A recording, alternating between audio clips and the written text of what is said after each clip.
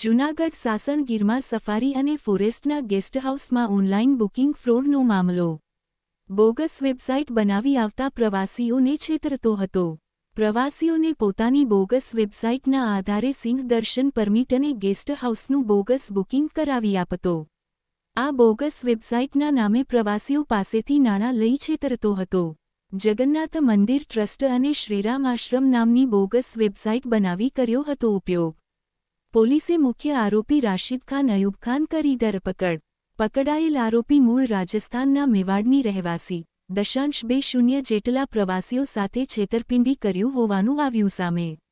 આ ઇસમ સાથે અન્ય કોઈની સંડોવણી છે કે નહીં તે દિશામાં પોલીસે વધુ તપાસ હાથ ધરી. HH24 ન્યૂઝ ગુજરાતી સાથે bureau report Krishna Dholakia Junagadh.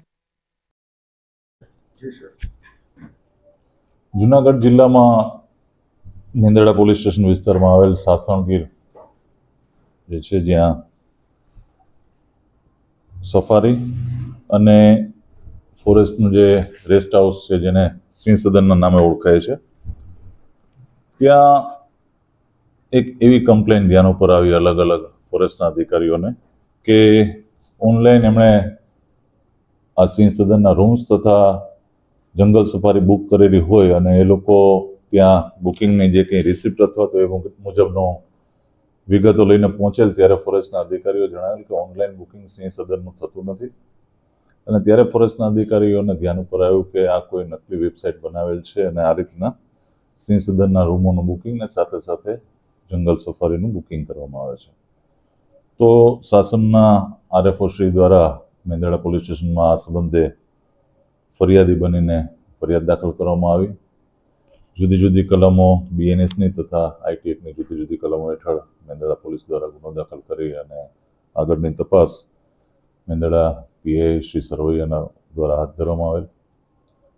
ASP Shri Visavadar Shri Rohit Kumar દ્વારા મેંદરડા PIને સતત માર્ગદર્શન આપી અને ટેકનિકલી રિસોર્સિસ, હ્યુમન રિસોર્સિસ અને એ રીતના કરીને તપાસ આગળ વધારતા આ જે બનાવ હતો, જે ગુનો હતો, એનો મુખ્ય આરોપી રાશિદ ખાન અયુબ ખાન કે જે રાજસ્થાનના મેવાતનો છે, એને અટક કરવામાં આવેલ છે.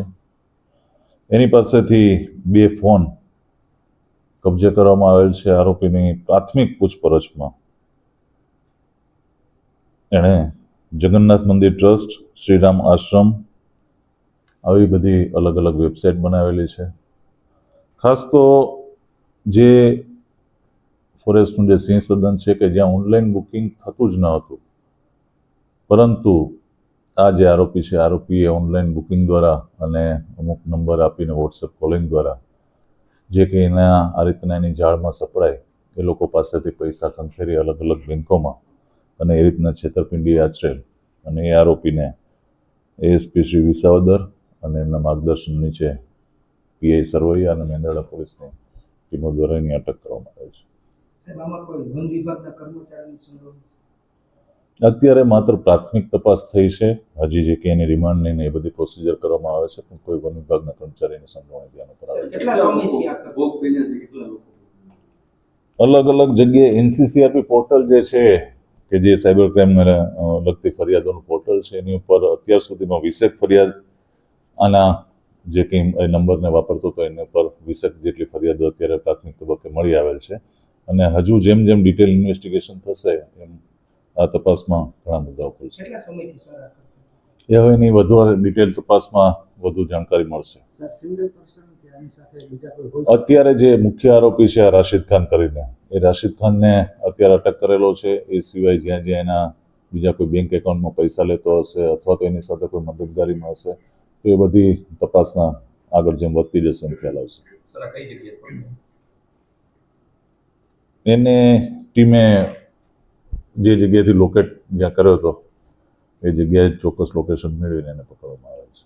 સર, જે .org ડોમેઇન એને જે બનાવેલું હતું એ કઈ રીતે સર એને મળ્યું હતું? કારણ કે .org સંસ્થાકીય એ નહીં, ટેકનિકલ ટીમ મેંદરડા PI અને એ મેંદરડા PI અગાઉ એમની પાસે પણ ટેકનિકલ સારું એવું નોલેજ છે અને સાથે સાથે અમારી જે ટેકનિકલ ટીમ છે એ પણ એની સાથે તપાસમાં મદદમાં રહી અને આખી એની એમો કઈ રીતના એણે વેબસાઇટ બનાવેલી હતી એ આખું જે છે એની વિગતવાર ઊંડાણપૂર્વક તપાસ કરશે. હવે એના અલગ અલગ બેંક ડિટેલ જે અગાઉ એને જે બેંક ડિટેલ જે બેંક એના ઉપયોગમાં લીધેલી છે બેંક એકાઉન્ટ્સ, એ ઉપરાંત એની જે 20 ફરિયાદો જે અત્યારે પ્રાથમિક તબક્કે મળી છે NCCRP પોર્ટલ ઉપર, તો એમાં કેટલા રકમનું ફ્રોડ થયું છે એ બધું વધારે ઊંડાણપૂર્વક તપાસ કરવાથી એ જાણકારી મળશે.